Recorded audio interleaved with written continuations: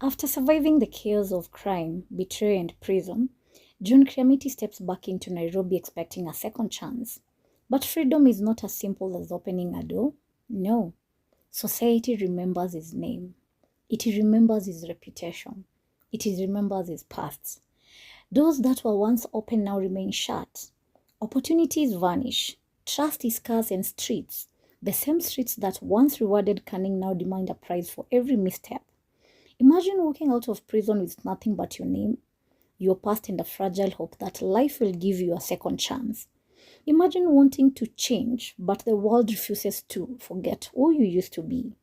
This is the emotional and gripping journey at the heart of Son of Fate by John Kiriamiti, a powerful continuation of a true story shaped by crime, shaped by consequences and relentless pull between destiny and choice. This continuation deepens the journey explored in My Life in Crime after prison and the weight of social stigma, the pull between morality, survival, and temptation, consequences of choices and the inescapable reach of past action, the challenge of reintegration into the society, redemption, and the human struggle to rewrite destiny. It reminds us that streets are relentless, but the mind and the heart are battleground even more dangerous than Nairobi itself. This is the world of Son of Fate by John Kiriamiti, a story of temptation, survival, and the inescapable pull of destiny. A man who once lived fast now realizes that freedom is both a gift and battlefield. Listen closely. The stakes are higher than ever, and choices he makes will define his future. John emerges from prison with a heart full of hope and a mind sharpened by survival. He dreams of living honestly, of proving that he has changed. But Nairobi, relentless and unyielding, tests him at every step. At first, he seeks legitimate work. He approaches businesses, shops, and employers, but the shadow of his past follows him. One employer glances at his records, hesitates, and politely refuses. Another avoids his gaze, whispering about, quote unquote, criminal tendencies. The city that once admired his cunning now regards him with suspicion. Anger, frustration, and rejection grow at his resolve. Every day he struggles to find honest income. Each shilling earned feels like a victory. But survival demands more than victory, and then temptation returns. Old associates, men who remember his boldness, his cleverness, his fearlessness appear. They bring offers disguised as opportunity. A small job here, a quick profit, a bridge back to the comfort of money, respect, and thrill. At first, he resists. He tells himself, I want dignity, I want change, I don't want to go back. But desperation is persuasive. Hunger whispers logic. Rejection from society justifies bending rules. One small job, he convinces himself. And so, step by step, John drifts back. The first operation is calculated and careful. He follows plans meticulously, just as he did in the past. No mistakes. The money is quick. The thrill is intoxicating. He feels alive again. But once you step back into crime, the currency pulls you deeper.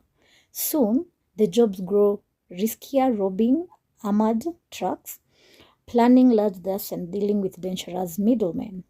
Trust is scarce. Betrayal hides behind friendly faces. Police surveillance intensifies. One operation goes worry.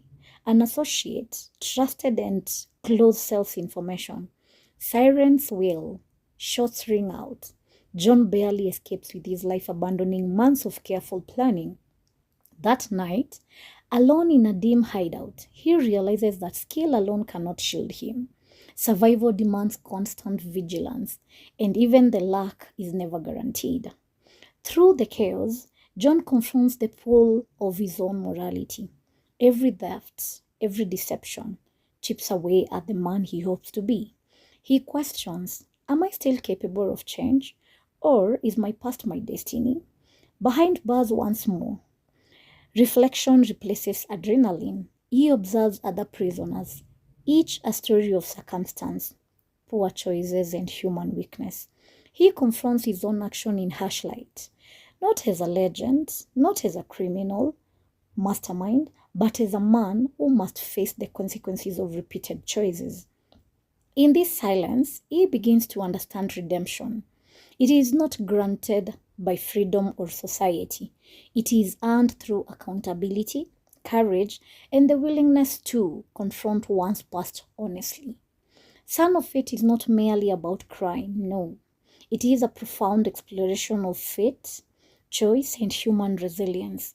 It shows that escaping the past is more than physical act. It is an emotional, mental, and a moral battle. Kiriamiti realizes that fate may shape circumstances, but personal choices determine legacy. The thrill of crime, the lure of quick money, the ease of shortcuts, all must be weighed against conscience, long-term survival, and the possibility of a better life. Son of Fate is a story that lingers because it is human. It reveals that freedom is not a single moment but a continuous challenge. John Kiriamiti discovers that fate may place obstacles between him, but it is his choice that defines whether he sinks or survives. The story lingers long after it ends because it asks questions that reach beyond the page. Can a person truly escape their pasts? Does society allow second chances? And when destiny and choice collide, which one defines who we become? If this powerful story moved you, remember to subscribe for more gripping narration drawn from African literature and real life experiences. Like this video to help others discover meaningful stories and share it with someone who believes in second chances, and tell us in the comment section. Do you think we are shaped more by fate or by our choices? And don't forget to recommend the next book you'd like us to explore. The journey continues because before a man can confront destiny, he must confront himself. Thank you, and I'll encourage you to go and read the whole book. It will give you reality, and it's a really interesting story. Bye bye for now.